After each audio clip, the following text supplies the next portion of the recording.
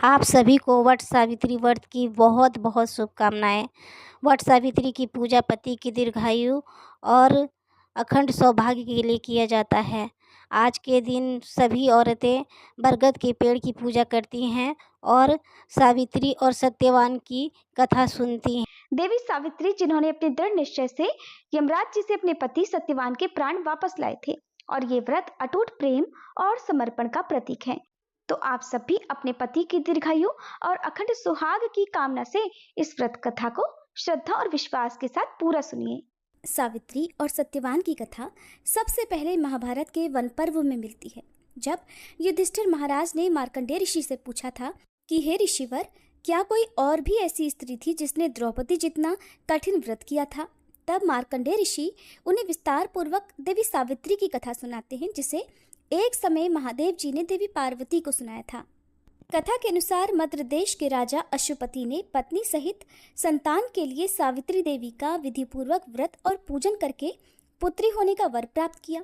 सर्वगुण संपन्न देवी सावित्री ने पुत्री के रूप में अश्वपति के घर कन्या के रूप में जन्म लिया। कन्या के युवा होने पर अश्वपति ने अपने मंत्री के साथ सावित्री को अपना पति चुनने के लिए भेज दिया। सावित्री अपने मन के अनुकूल वर का चयन करके जब वापस लौटी तो उसी दिन देवर्षि नारद उनके यहाँ पधारे। नारद जी के पूछने पर सावित्री ने कहा, महाराज, द्युमत सेन के पुत्र सत्यवान की कीर्ति सुनकर मैंने उन्हें पति रूप में वरण कर लिया है।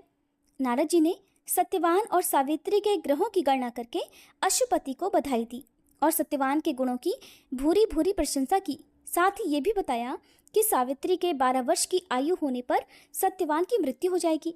नारद जी की बात सुनकर राजा अश्वपति का चेहरा मुरझा गया। उन्हें ये बात जानकर बड़ा दुख पहुंचा।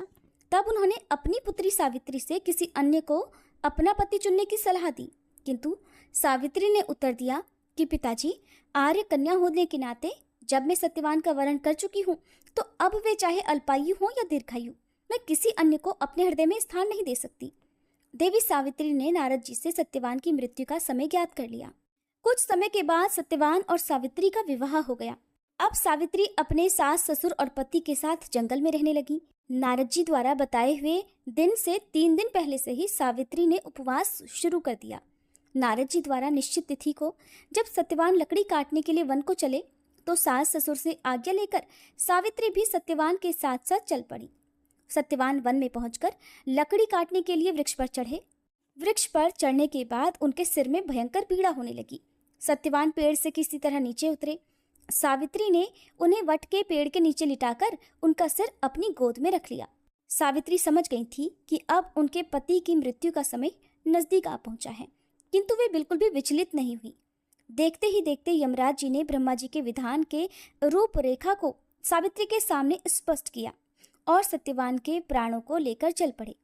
कहीं कहीं पर कुछ कथाओं में ऐसा भी उल्लेख मिलता है कि वटवृक्ष के नीचे लेटे हुए सत्यवान को सांप ने डस लिया था। सावित्री सत्यवान को वटवृक्ष के ही नीचे लिटाकर यमराज के पीछे पीछे चल पड़ी।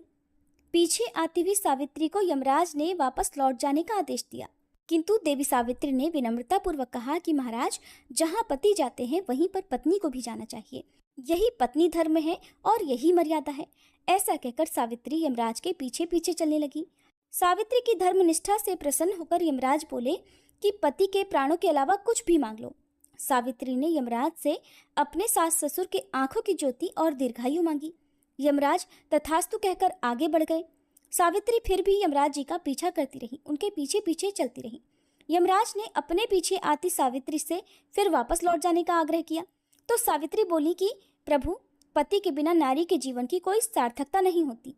यमराज जी ने अब की बार भी सावित्री के पतिव्रत धर्म से खुश होकर फिर से वरदान मांगने को कहा।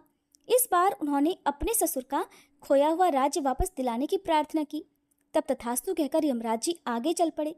सावित्री अब भी यमराज जी के पीछे पीछे चलती रही। इस बार सावित्री ने यमराज जी से 100 पुत्रों की मां बनने का वरदान मांगा। पहले की तरह ही तथास्तु कहकर जैसे ही यमराज जी आगे बढ़े, सावित्री हाथ जोड़कर खड़ी हो गई और कहने लगी, प्रभु, अभी अभी आपने मुझे 100 पुत्रों की मां होने का आशीर्वाद दिया है, किंतु पति के बिना मैं मां किस प्रकार बन सकती हूँ। अपना यह तीसरा वरदान पूरा कीजिए। तब सावित्री की धर्मनिष्ठा, ज्ञान, विवेक और पतिव्रत धर्म की बात जानकर यमराज जी ने सत्यवान के प्राणों को अपने पाश से स्वतंत्र कर दिया। सावित्री सत्यवान के प्राणों को लेकर वटवृक्ष के नीचे पहुंच गई, जहां सत्यवान का मृत शरीर रखा हुआ था। सावित्री ने वटवृक्ष की परिक्रमा की तो सत्यवान जीवित हो उठे। तब सावित्री अपने पति सत्यवान के साथ अपने सास ससुर के पास पहुंची तो उन्हें नेत्र ज्योति मिल गई थी। इसके बाद उनका खोया हुआ राज्य भी उन्हें मिल गया। आगे चलकर सावित्री 100 पुत्रों की मां भी बनी। इस प्रकार चारों दिशाएं सावित्री के पतिव्रत धर्म के पालन की कीर्ति से गूंज उठी। तभी से वट सावित्री व्रत रखने की परंपरा चालू हुई। यह थी आज की कथा। आपको कथा कैसी लगी कमेंट में ज़रूर बताएं। वीडियो को लाइक सब्सक्राइब ज़रूर करें और आगे शेयर भी ज़रूर करें।